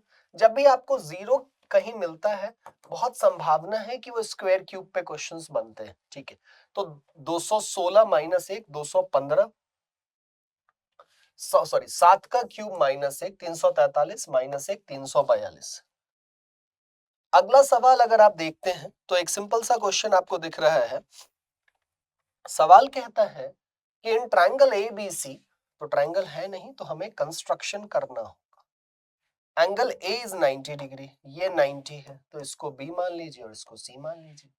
M is mid point of BC, यहाँ पे M है मिड पॉइंट मध्य है, and D is point on BC such that AD is perpendicular to BC, और D यहाँ पे है कोई पॉइंट है, D ऊपर भी ले सकते हैं, AD इज परपेंडिकुलर। ठीक है, तो ये mid point. AB is 7, AC is 24, then AD is to AM is equal to, मतलब आपको AD निकालना है AM निकालना है। AD AM निकालने के लिए सबसे पहले आपको BC निकालना है। पाइथागोरस थ्योरम लगाइए तो ये 24 का स्क्वायर 576 49, ये 25 हो जाएगा। BC की वैल्यू क्या है 25 है, पहला चीज हमने ये निकाल लिया। अब एक बात बताइए M के बारे में क्या कह रहा है कि M BC का मध्य बिंदु है, मतलब अगर हम एक सर्कल ड्रॉ करें तो M जो है वो सरकम सेंटर की तरह काम करेगा, सरकम सेंटर की तरह काम करेगा। तो आपका AM का वैल्यू क्या हो जाएगा 25 का आधा, AM का वैल्यू क्या हो जाएगा 25 का आधा, पहला चीज हमने ये ढूंढ लिया है। और अगर हमें AD भी निकालना है, ट्रायंगल ABC का अगर हम एरिया निकालते हैं तो वो हाफ बेस इनटू हाइट, हम एरिया निकाल रहे हैं किसका ट्रायंगल ABC का हम एरिया निकाल रहे हैं। तो जब हम इसका एरिया निकालेंगे तो वो हाफ बेस इनटू हाइट, मतलब बेस क्या है आपका 24 है, हाइट क्या है 7 है, यहां से हम इसका एरिया निकालेंगे। अब एक बात बताइए क्या इसका एरिया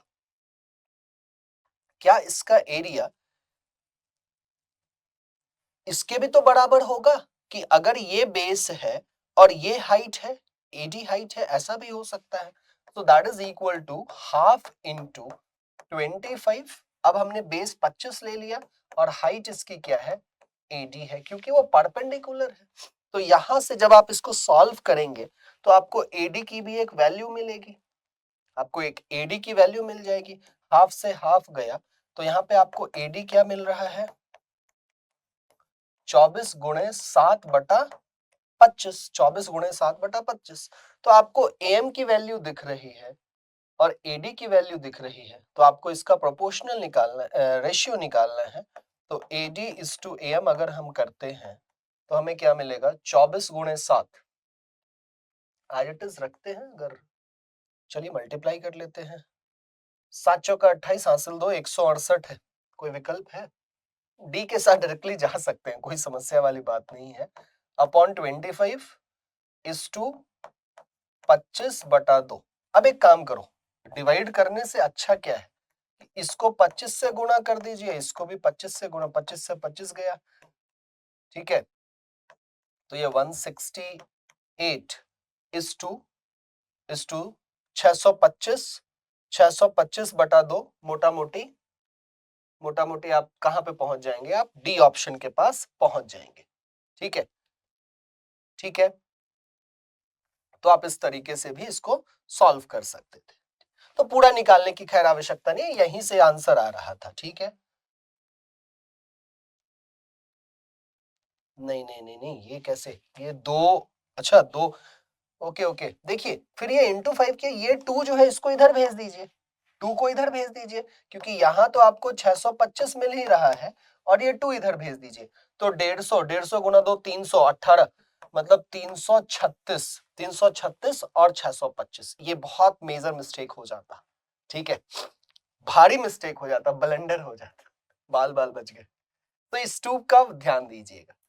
अगला सवाल देखिए, cos 9 plus sin 81 sec 9 cosec 81 upon 2 sin square 63 plus 1 2 sin square 27। ठीक है, अब देखो आपको एक चीज पता है, आपको क्या पता है कि sin 90 माइनस थीटा क्या होता है, cos थीटा होता है। एक चीज तो ये आपको सिंपल सा पता है, और दूसरा आपको ये भी पता है कि sec 90 माइनस थीटा ये क्या होता है, cosec थीटा होता है। sin 90 minus theta cos theta होता है, और sec 90 माइनस थीटा जो होता है वो cosec थीटा होता है।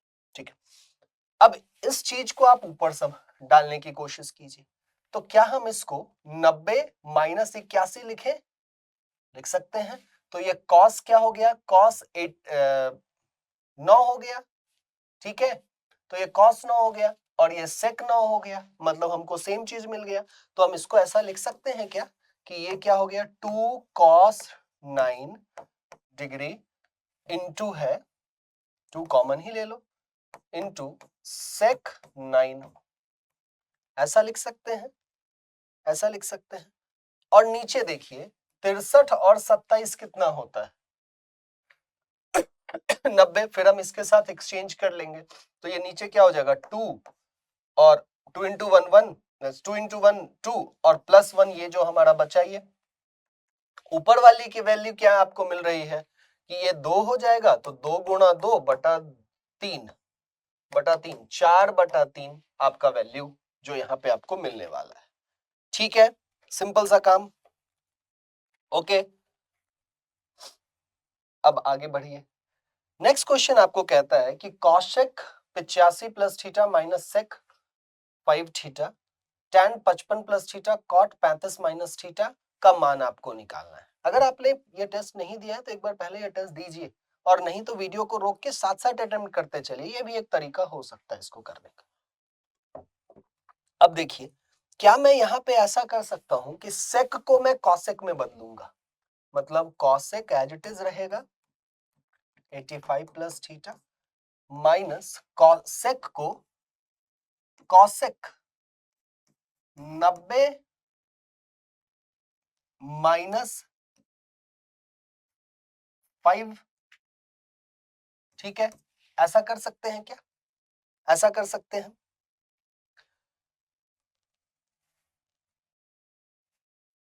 यहाँ पे माइनस होना चाहिए ना, प्लस माइनस होगा तो यहाँ माइनस होना चाहिए। ठीक है, तो -5 ऐसा, ठीक है, ये लीजिए।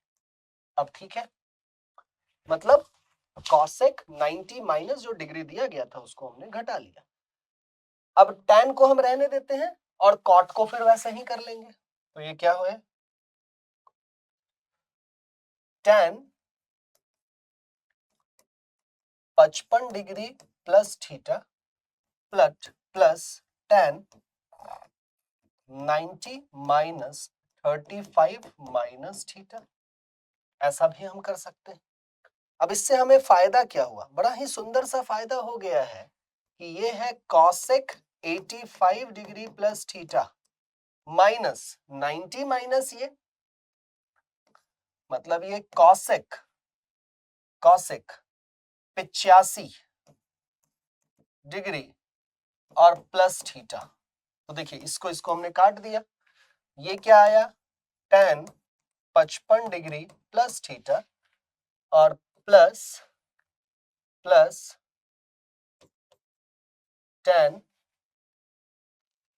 यहाँ पे फिर माइनस आना चाहिए, कोई नहीं अभी चेक हो जाएगा, चिंता मत कीजिए, 55 प्लस थीटा। ठीक है, ये तो बीच में मल्टीप्लिकेशन का साइन है, ये चिंता का विषय नहीं है हमारा। ठीक है, यही तो चिंता का विषय है। तो एक काम कीजिए, जब यहाँ प्लस है ना तो मिस्टेक होगा, माइनस यहाँ लगाइए, माइनस है यहाँ। ठीक है, तो ये भी कट गया, बचा हमारे पास क्या, शून्य। राइट आंसर सी हो गया। ठीक, In a circle with a radius 5 centimeter, a chord is at a distance of 3 centimeter from the center. Find the length of the chord.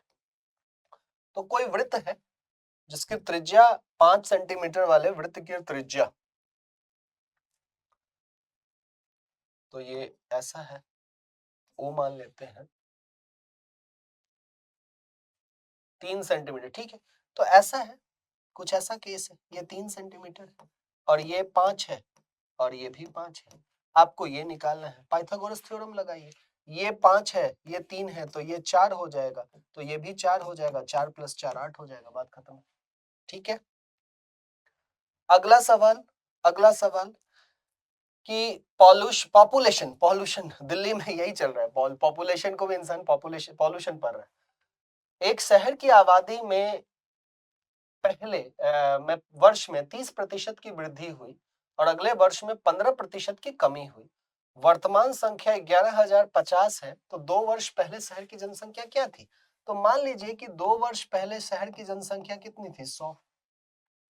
जब 30% की वृद्धि हुई तो वो 130 हो गई होगी, और जब 15% की कमी आई तो इसका 15% 13 और 6.5 19 मतलब इसमें से आप 19.5 घटाइए, तो 20 पहले घटा लीजिए, 110.5। इसका मान कितना दे रखा है? 11,050। मतलब एक का मान क्या है? 100। तो माना कितना था? 100। 100 का मान कितना हो जाएगा? 10,000। ठीक है, 100 का मान कितना हो जाएगा? 10,000, बात खत्म। a + b + c का मान 9 है, ab का bc + ca का -22 है, तो a³ b³ c³ -3ab। सीधा फार्मूला पे बेस्ड, सीधा ये किस पे बेस्ड है? फार्मूला पे बेस्ड है। ये होता क्या है, इसका अगर हम इसके वैल्यू की बात करें, तो ये आइडेंटिटी क्या है हमारा कि a + b + c, ऐसे याद रखिए ना, a + b + c, ठीक है। उसके बाद इसका स्क्वायर a + b + c का होल स्क्वायर, ऐसे याद रखिए, ठीक है, माइनस 3ab + bc + ca, ठीक है, याद रहेगा। तो abc का मान क्या है? 9। a + b + c का स्क्वायर 81 -3, 3 गुने कितना है? 22। तो यहाँ पे 66 कर ले हम सीधा, ठीक है। तो ये कितना हो जाएगा? 7, 147, 9 हासिल 6, 36 और 6 42 हासिल 4, 1323। ठीक। Out of 4 numbers, the sum of first 5 is 7 times the 6th number. If the average is 136, find the 6th number. ठीक है, ठीक है। क्या बात हो रहा है कि out of 4 number, the sum of first 5 is 7 times the 6th number. तो मान लीजिए कि x1 है, x2 है, x3 है, x4 है और x5 है। ये sum of first 5 is 7 times the 6th number. ये 7 गुना है 6 नंबर के, 7 गुना है 6 नंबर के। और दूसरी बात क्या कह रहा है? If the average मतलब x1, x2, x3, x4, x5 और x6, इनका औसत मतलब बटा 6 कितना है? 136 है।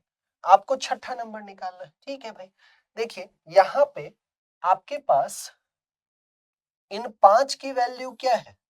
7x। तो मैं इस 5 तक को 7x6 से रिप्लेस कर दूं, प्लस x6 तो है ही यहां, और 6 को हम उधर अभी ही भेज देते हैं, बात का क्यों ही इंतजार करें। तो 136 गुणे 6, मल्टीप्लाई फिलहाल मत कीजिए, ये क्या हो जाएगा? 8 S6 कितना हो जाएगा? 136 × 6/8। ये लीजिए, डायरेक्टली आप ऐसे सॉल्व कर सकते हैं। तो पूरा सॉल्व करने की आवश्यकता, और मल्टीप्लिकेशन तो समय रहते मल्टीप्लिकेशन किया कीजिए, ठीक है। तो ये 17 8 136 होता है और 17 6 102 होता है। 102 x6 की वैल्यू है 102। The perimeter of square is 64, area perimeter 64 है, परिधि क्या है 64 है, मतलब 64, ठीक है, उतना सोचना भी नहीं है, हमको एरिया निकालना। अब देखो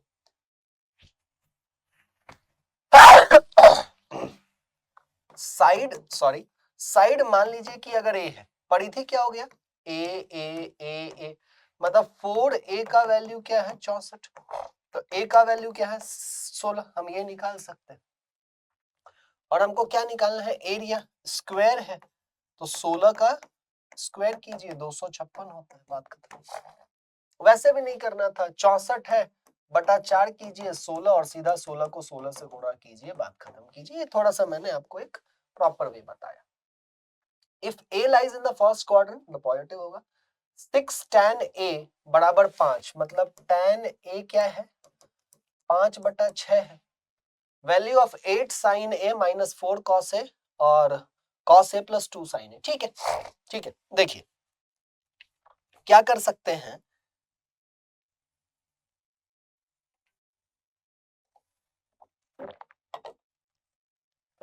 आप न्यूमरेटर हर और अंश से cos a को कॉमन ले लीजिए।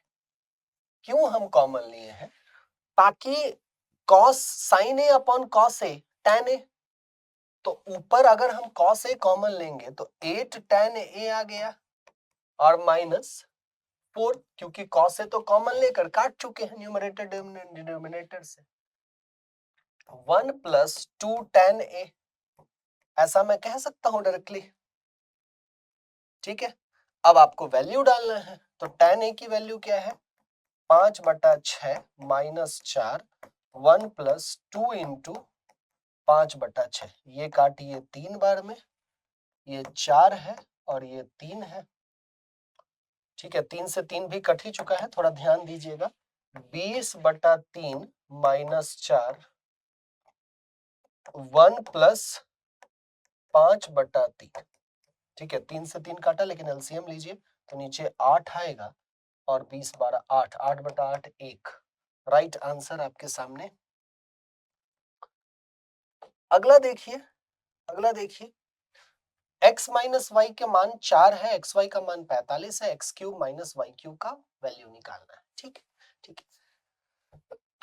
अब देखिए क्या है, आपके पास दिया गया है कि x माइनस वाई का वैल्यू क्या है 4 है, तो क्या मैं यहां से x का मान ऐसा लिख सकता हूं 4 प्लस वाई, ऐसा लिख सकता हूं मैं। अब x का मान इसमें आप डाल दीजिए, मतलब 4 प्लस वाई इंटू वाई बराबर 45, तो ये हो गया Y square plus 4y minus 45 is equal to 0, ठीक है ना। 45 चाहिए तो ये आप 5 और 9 में कन्वर्ट कर दीजिए, मतलब Y square 9y plus 5y minus 45 is equal to 0, ठीक है, ठीक है। प्लस, अच्छा प्लस है ना, तो यहाँ प्लस कीजिए, यहाँ माइनस करना होगा आपको,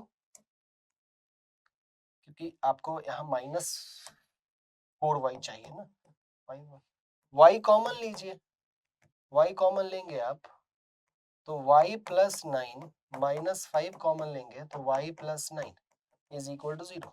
y का वैल्यू माइनस 9 है और 5 है, इसको नेग्लेक्ट कीजिए, बचा क्या 5, तो जब y का वैल्यू 5 है तो x का वैल्यू क्या है 9 है, तो x क्यूब 9 का क्यूब माइनस 5 का cube 729 minus 125, 4 60, 604, right answer B खत्म। ओके चल रहा है, कोई समस्या नहीं है। अगला, ये इजीएस्ट वे है किसी सवाल को करने का, याद रखिए। हमको यूनिट प्लेस निकालना है, इकाई की संख्या। अब 1 है तो ये तो 1 रहेगा, कोई समस्या नहीं। अब 7 है तो 153 को भाग देते हैं 4 से तो 152 बार कटता है, मतलब रिमाइंडर क्या है 1, रिमाइंडर जब 1 है तो 7 raise to 1, 7 raise to 1 is 7, 7 into 7 7, बात खत्म, बात खत्म। Okay, cosec 78 plus theta, sec 12 minus theta, tan 67 plus theta, cot 23 minus, ठीक है, ठीक है। देखिए क्या मैं पहले केस में कुछ ऐसा लिख सकता हूं क्या,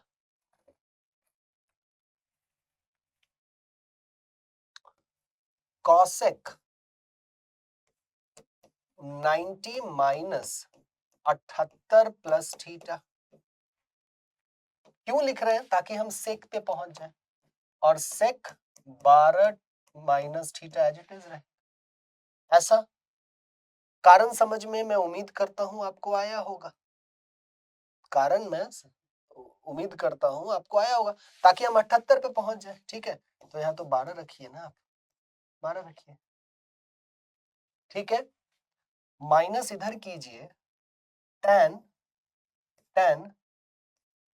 90 minus 23 plus theta plus cot 23 minus theta. देखिए तो जरा, ऐसा हो सकता है, कोई समस्या अगर है तो बताइए जरा। अब इससे फायदा क्या है, देखिए फायदा सिर्फ इतना सा है कि ये क्या बन गया, sec 12 plus theta minus sec two, अच्छा माइनस थीटा ना, बस ये बारीकी, वैसे इतना जरूरत भी नहीं होता है, minus theta minus tan 23 minus theta plus, cot हो गया ना, cot plus cot 23 minus theta upon upon 13 77 90 1 1 यहाँ है, ठीक है, ठीक है। तो नीचे आपको ये देखो, ये सब क्या है, प्लस माइनस है, प्लस माइनस गया, ठीक है। तो सीधा सीधा आप कहिए ना कि जीरो वैल्यू मिलेगा आपको at the end, zero value मिलेगा आपको एट द एंड, बात करते, ठीक है। 0 3 सिंपल सा लग रहा है, जीरो है ना, 1 का स्क्वायर माइनस 1, 2 का स्क्वायर माइनस 1, 3 का square minus 1, 4 square minus 1, 5 square minus 1, 6 square minus 1, 35 पे खत्म करेंगे, ठीक है, बी ऑप्शन। अगला देखिए, certain amount is divided Sunita Amit Vibha 2 3 4, Vibha को कितना मिलता है 1416, विभा का अनुपात क्या है 4, 4 का अर्थ है 14 416, एक का अर्थ क्या हो जाएगा 3 6 0 नहीं 3 6 0 4, टोटल सम तो 2 प्लस 3 5 9, 9 का वैल्यू क्या हो जाएगा 36 जीरो 4 गुणे 9 हासिल 3, 32,436। The price of sugar is increase by 20%, ऐसे निश्चित सवाल आपको मिलेंगे, याद रखिएगा आप लोग। By what percent must one cut down his consumption of sugar so that no extra amount he has to change? तो कितने प्रतिशत से बढ़ा है 20% से बढ़ा है, तो अगर 100 है और इंक्रीज कितना है 20 अपॉन 100 प्लस 20, बस इतना सा काम है, इसको हमेशा याद रखिएगा।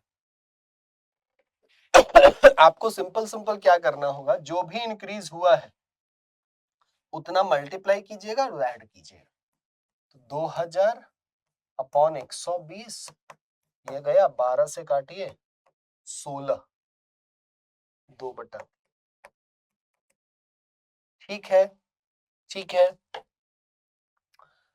स्मॉलेस्ट मतलब एलसीएम निकालना होगा ऑफ 3 7 18, 3 7 18, कुछ कॉमन नहीं है ना, इसमें हो सकता है 3 1 7 6, अब तो कुछ नहीं, तो 21 3 गुणे 7 गुणे 6 21 126 बात खत्म कीजिए। या फिर 18 सबसे बड़ा संख्या है, उसका पहाड़ा मन में सोचिए, ऐसा भी कर सकते हैं।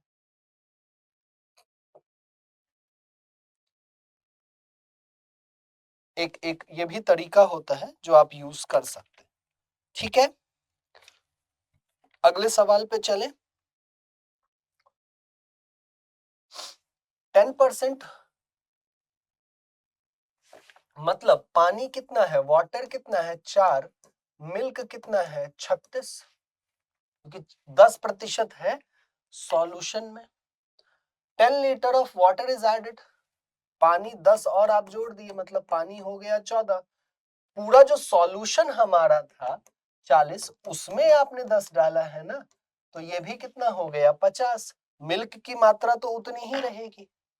अब आपको कहता है कि what percent of new solution will, water कितना होगा, तो अभी वाटर कितना है 14, सॉल्यूशन कितना 50 गुने 100, 28% हो जाएगा।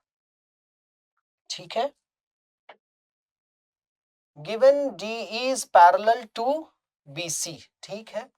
AD क्या है 2.5, BD क्या है 3.5, EC क्या है 4.2 और AE पता नहीं है। AC निकालना है, मतलब पहले ये निकालेंगे और फिर ये निकालेंगे। जब ये पैरेलल है तो ये इसके बराबर है और ये इसके बराबर होगा, ऐसा कहा जा सकता है। पहली चीज तो ये मतलब क्या है कि ये दोनों ट्रायंगल को ADE और ABC को आप कॉन्ग्रुएंट भी प्रूव कर सकते हैं। तो जब ऐसा हो रहा है तो मैं ऐसा लिख सकता हूं AD बटा AB का मान है AE, सॉरी AD बटा A नहीं ना DB,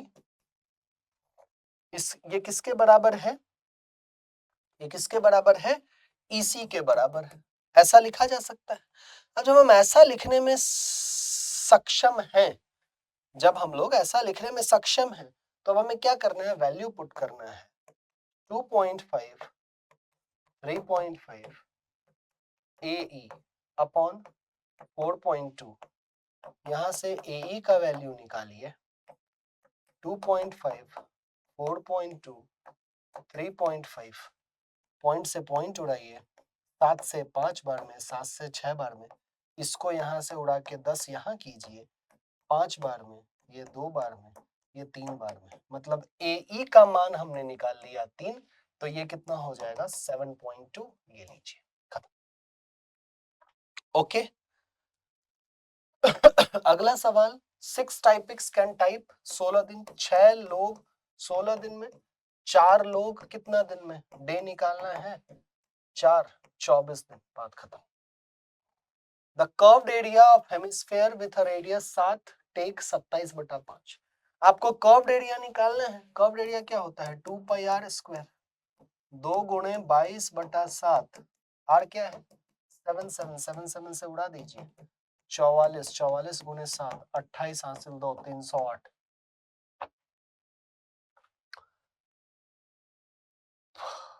How many family have a monthly salary less than 40,000? Monthly salary less than 40,000, number of family salaries, ये लोग हैं कितने हैं 18 27, बात खत्म। How many girls have height of 135 centimetre और मोर बट लेस देन 150? 150 रुपया देगा, ये डायलॉग मिल ही जाता है। 135 सेंटीमीटर और मोर, 35 और 30 64 हो जाए। Okay, so this was the discussion. I hope you enjoyed, you understood the solutions. Okay, see, for maths it's all practice. The more you practice, more confident you are going to be.